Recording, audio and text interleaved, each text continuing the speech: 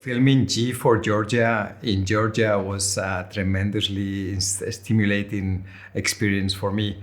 I encountered there a country driven and steered by Amazonian women in the sense that they are true fighters, they are true believers of the transformation of their own land.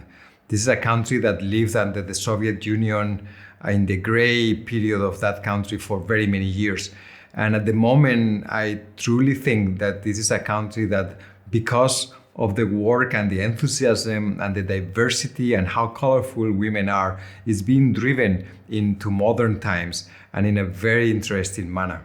So in G for Georgia, we portray the story of five women. It's four stories. Two of them are sisters, Baia and Gvantsa, and they are entrepreneurs, incredibly young women producing excellent wine and inspiring the whole Georgia because of the wine that they produce. So being incredibly innovative with the way they bring back all the ancient and traditional way of making wine in an incredibly colorful manner. Then we have Manana, who is in the territory of cultural heritage preservation of the historical memory.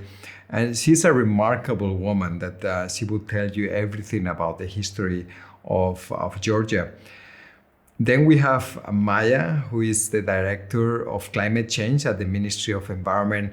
And this is a great example of a modern day woman that can manage between a high profile position at the ministry and at the same time be a great mother, a joyful mother with the children, wonderful wife, but also have all these hobbies. Like, for example, she's a model in Tbilisi and she does it incredibly well.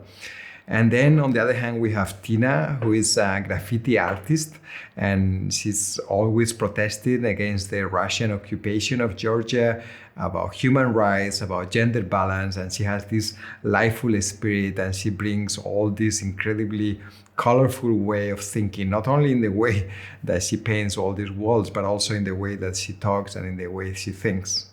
It was a very interesting experience for me landing in Tbilisi airport and driving towards my hotel and seeing all the road completely paved with flags of both Ukraine and the European Union. The film took place in the middle of the Russian invasion of Ukraine.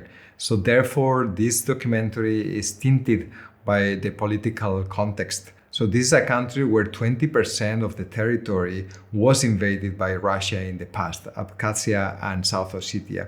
And the Russian occupation remains there, and Georgians do not have access to these territories. Therefore, because of the political context in which this documentary was filmed, and also because of the parallelism between Ukraine and Georgia, this documentary is inevitably tinted by some political messages.